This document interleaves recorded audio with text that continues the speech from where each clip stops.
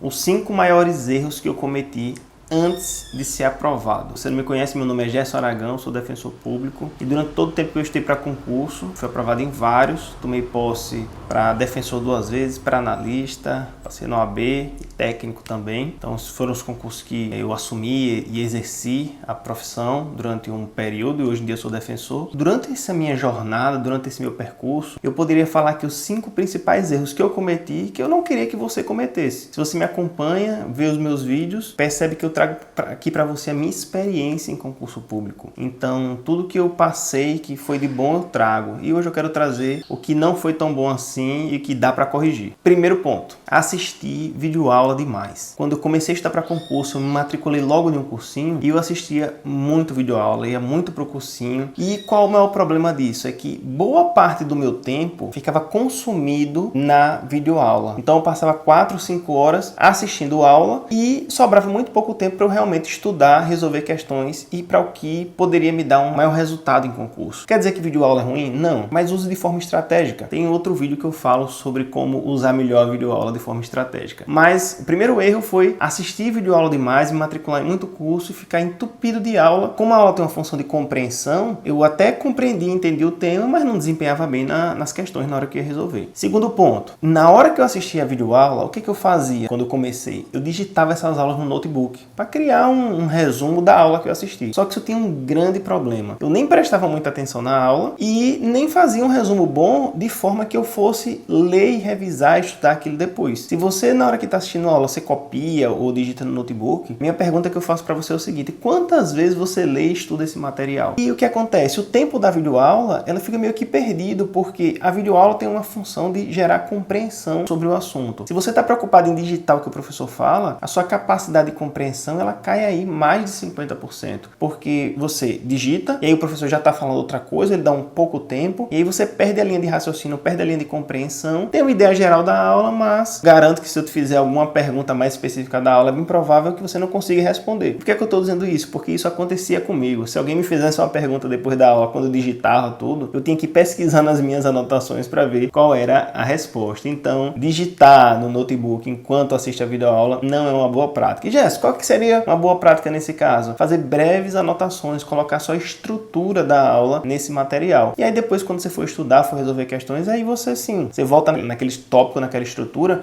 mas vai buscar a resposta em um livro, no seu material, que é muito mais eficiente, caso você não saiba a resposta. Terceiro erro, querer estudar por tempo e não por desempenho. Toda vez que eu ia estudar e eu cronometrava o tempo, eu acabava perdendo porque eu me preocupava muito com o tempo de estudo. Eu estudei 2 horas, 3 horas, 4 horas, 5 horas, 8 horas, mas na verdade o que importava para mim era se eu acertaria questões ou não na prova. Então, um aspecto que eu errei muito no começo era ficar marcando e ficar me preocupando com o tempo. Eu não devia me preocupar com isso. Depois que eu mudei e comecei a me preocupar com o desempenho, quantas questões eu acertei naquela sessão de estudo? Isso era o que importava. Eu estou conseguindo manter essa quantidade de acerto nas revisões daquele assunto? Estou. Então estou bem. Não me importa muito o tempo de estudo, sim a minha qualidade e o meu desempenho. Quarto erro, resolver poucas questões. A prova do concurso é essencialmente a quantidade de questões que você vai acertar. Se o que você quer numa prova é acertar uma grande quantidade de questões, o que é que você deveria fazer antes? Resolver o máximo de questões possível, mas é muitas mesmo. Porque o que acontece? Você está replicando o que vai acontecer lá na frente. Então, se você estuda, vê videoaula,